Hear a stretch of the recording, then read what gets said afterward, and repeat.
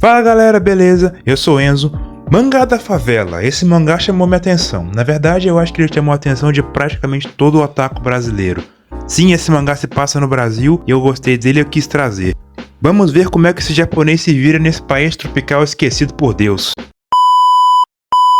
Nossa história começa com Takei Hiroto, um mangaka tentando vender seu mangá para uma editora. Porém, o editor diz que o mangá dele não se encaixa com a nova tendência, embora ele pessoalmente tenha gostado. O Takei diz sem graça que mesmo que ele pense em outra obra, provavelmente o resultado será o mesmo.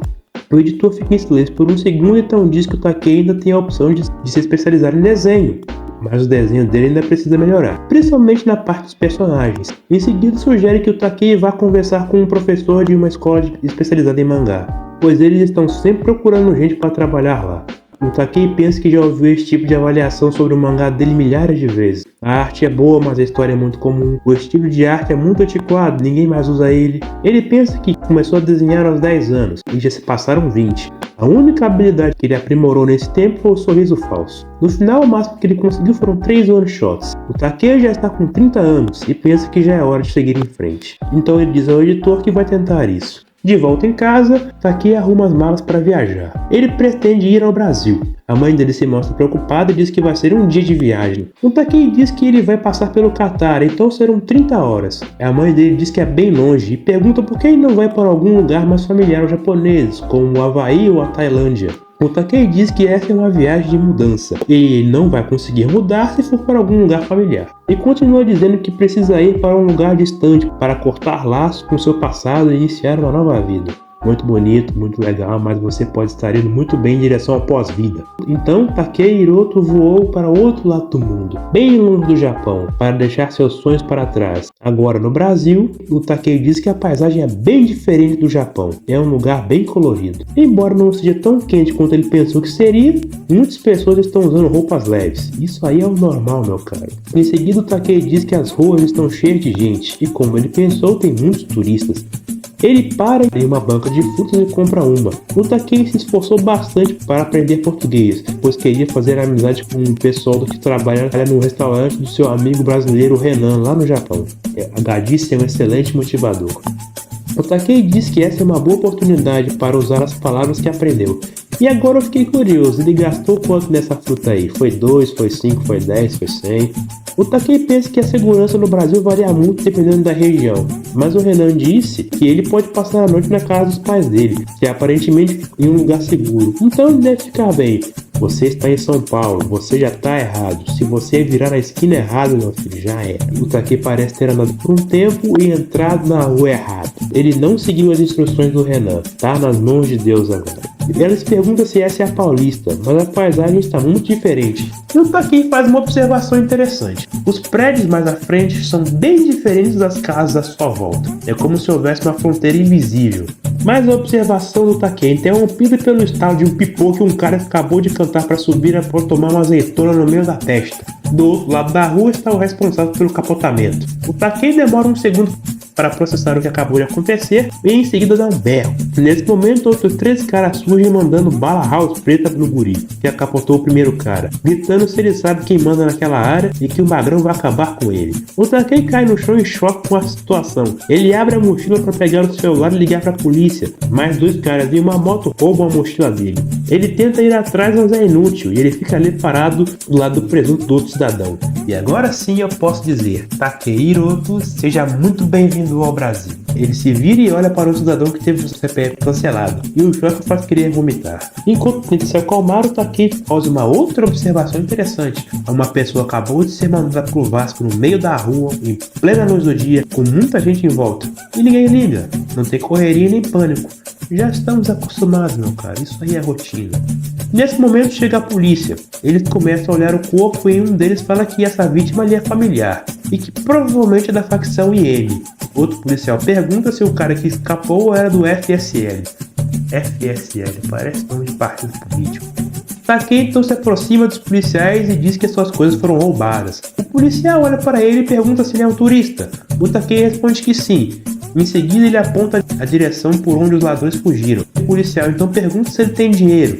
É a velha máxima, né? Quem quer rir tem que fazer rir. O Takei responde que todo o dinheiro que ele tinha estava na mochila. Diante disso, os policiais simplesmente voltam para as viaturas e vão embora. O Takei fica ali sem entender, e ele se pergunta se o policial queria suborno. Ele então olha em volta e percebe que estão todos olhando para ele. O Takei então pensa que esse lugar não recebe muito bem os turistas. Então o cara chega e pergunta se o Takei está bem, e diz que não se pode contar com a polícia por ali. Ou melhor, se você precisa da polícia, você tem que ter dinheiro. Se você não tem dinheiro, não tem polícia. O Takei fica impressionado, pois o cara está falando japonês. E eu também fiquei. O cara diz que o Takei pode ficar tranquilo e que tem japonês morando ali também. Mas ele só estava distraindo o Takei para roubar o telefone dele. O Brasil é isso aí. Mas um garoto chega de repente e o impede, e diz que o IEM proíbe roubar turistas. O Takei fica impressionado, pois o cara tirou o celular da mão dele e ele nem viu.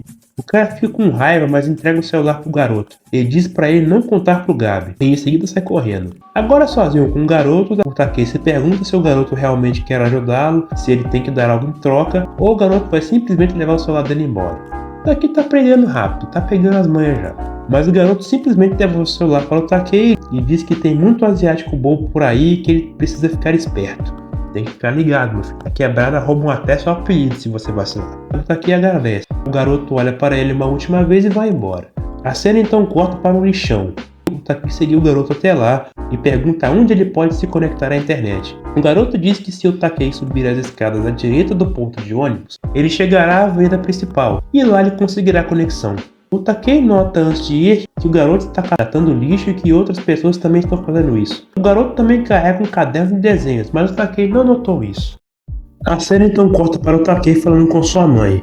Ela diz que ele deve primeiro fazer um BO em uma delegacia e depois procurar o consulado, e pede para ele voltar logo. O Takei fica feliz e aliviado por ter conseguido entrar em contato com a sua mãe, mas em seguida ele pensa que não agradeceu àquele garoto de forma apropriada. Então ele volta ao lixão e lá estava o garoto, sentado sobre o lixo e desenhando, completamente alheio ao que acontecia à sua volta. O famoso estado de hiperfoco que os artistas têm. O Takei ficou fascinado com essa cena por um instante, mais desperto do seu transe. Ele diz que conseguiu usar a internet e agradece ao garoto. Mas ele não responde. Nisso, um outro rapaz para ao lado do Takei e diz que não adianta. Quando o João começa a desenhar, ele não escuta ninguém. O Takei então pergunta o que o rapaz está fazendo ali coletando aquele lixo. O rapaz, por sua vez, diz que está coletando alumínio e aço para vender.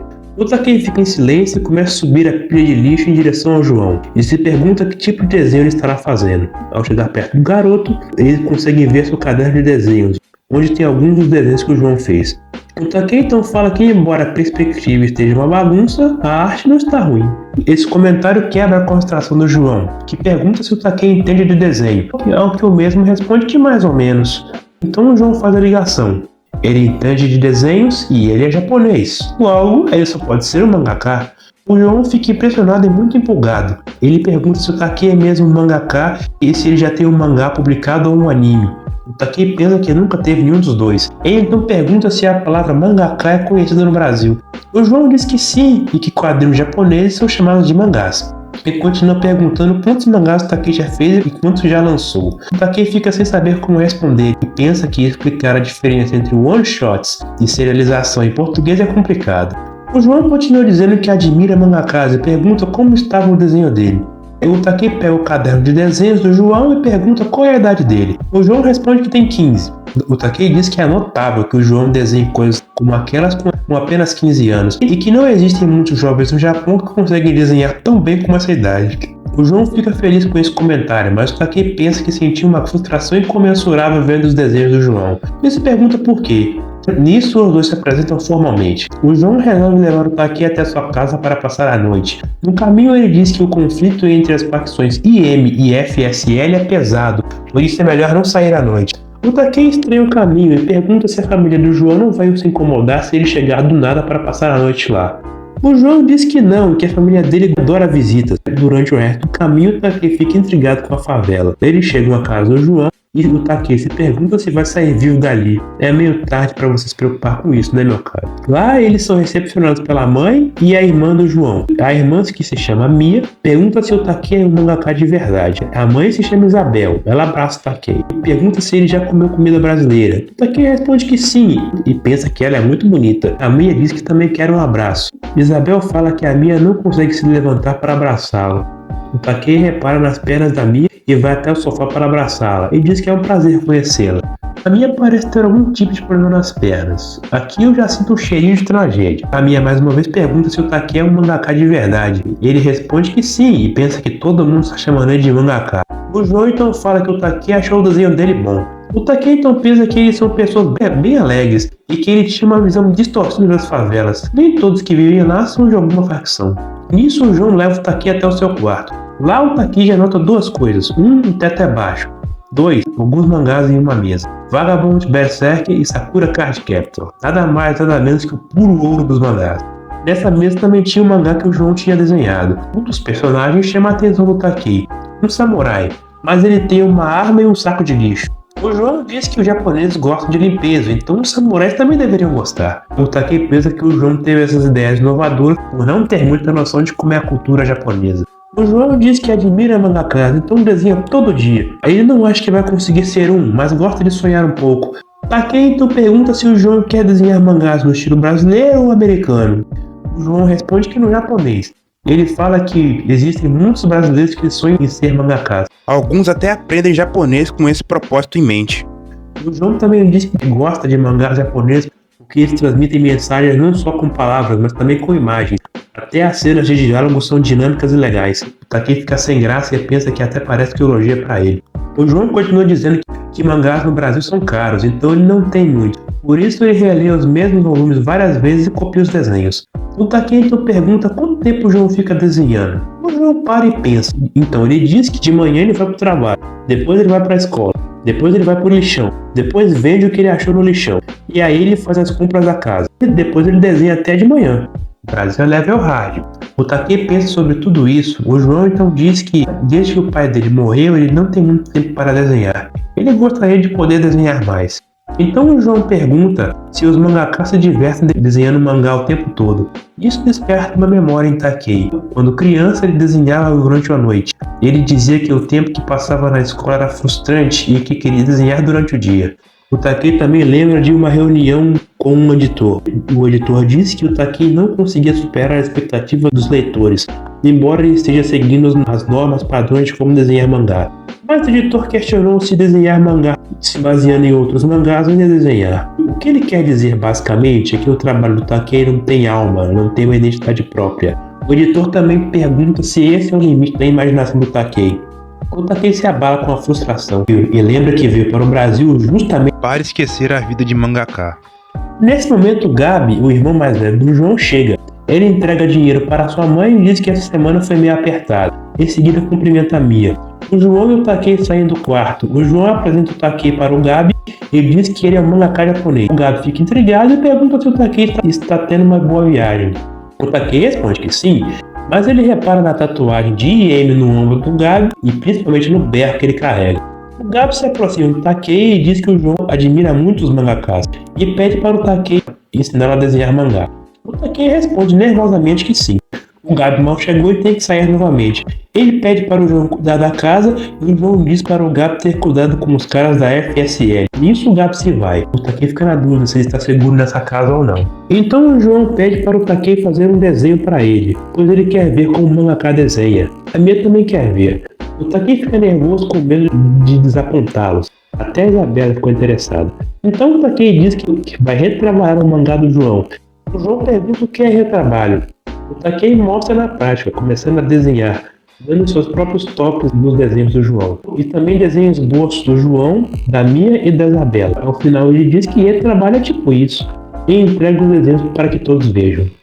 O João fica impressionado, pois o Takei conseguiu desenhar uma cidade inteira sem ter que vê-la. E os dedos e as armas do personagem estão muito precisos. O João diz que só consegue desenhar a arma direito quando olha do Gabi. Agora é a vez do Takei ficar surpreso com o fato do João usar uma arma real como referência. A Isabel pergunta se o desenho que o Takei fez dela ficou parecido, ao que a minha responde que ficou igualzinho. O João, ainda impressionado, diz que mangakas são incríveis, enquanto o Takei se pergunta se conseguiu não desapontar. O João compara um desenho dele com um retrabalhado pelo Takei e diz que, embora seja a mesma cena, o do Takei tem mais impacto. O Takei diz que isso é algo que se aprende com o tempo e que quando o João for mais experiente também vai conseguir. Mas o Takei pensa que ele gosta mais do desenho do João, mas ele não sabe por quê. Depois disso, todos vão jantar, vai ser feijoada. Durante o jantar, a Isabel pergunta se o Takei tem amigos brasileiros no Japão. Ele responde que sim, ele tem um amigo brasileiro que é dono de um restaurante e que aprendeu português para poder falar com ele. Na verdade, ele queria falar com a Ana, garçonete. Como eu disse, a Galice é um ótimo motivador. Enquanto o Takei come, o João não para de olhar para ele, cheio de empolgação. O Takei pensa que esse clima de boas-vindas é encantador e que é engraçado, ele viajou para um outro país do outro lado do mundo que não tinha nada a ver com mangás, para desistir do seu sonho. Mas vejam só, ele esbarrou em um garoto com o mesmo sonho que o dele. Nisso o João fala que o Takei sorriu normalmente. O Takei se surpreende, então o João diz que achava que o japonês tinha uma forma única de sorrir, pois ele sempre dava um sorriso estranho. O Takei se surpreende, pois o sorriso falso que ele sempre fazia por reflexo foi facilmente percebido pelo João. Enquanto isso, em outro lugar, vemos os bandos da facção IM tendo uma espécie de reunião. Um deles fala que os moleques do FSL assaltaram a venda e mandaram o Sérgio de base. O Sérgio deve ser aquele cara do início lá. Ele também diz que os moleques acabaram fugindo e que a polícia está dando cobertura para os FSL. Um outro membro do grupo fala que se continuar assim, eles é que vão de base. E continua dizendo que precisam de mais pessoal. Então ele se volta para o Gabi e pede para ele chamar o João para se juntar a eles. Afinal, ele já tem 15 anos e não pode ser criança para sempre. É preciso fazer dinheiro. Vemos então o João desenhando tranquilamente em seu quarto enquanto o Takei dorme, totalmente ignorante de toda a situação. Bom, é isso. Eu gostei desse mangá e quis trazer. Essa é a fria e dura realidade do Boshio. A gente ri e faz piada, mas a verdade é que a coisa tá feia e eu duvido que vai melhorar. Eu gostei principalmente de como o João se diverte fazendo seus desenhos e se agarra ao seu sonho, mesmo ele sabendo que muito provavelmente nunca será um mangaka. Eu acho que esse mangá tem muito potencial. Tem muitos estereótipos, mas nenhuma mentira. Deem like se gostaram e se inscrevam. Muito obrigado pelo seu tempo e tchau.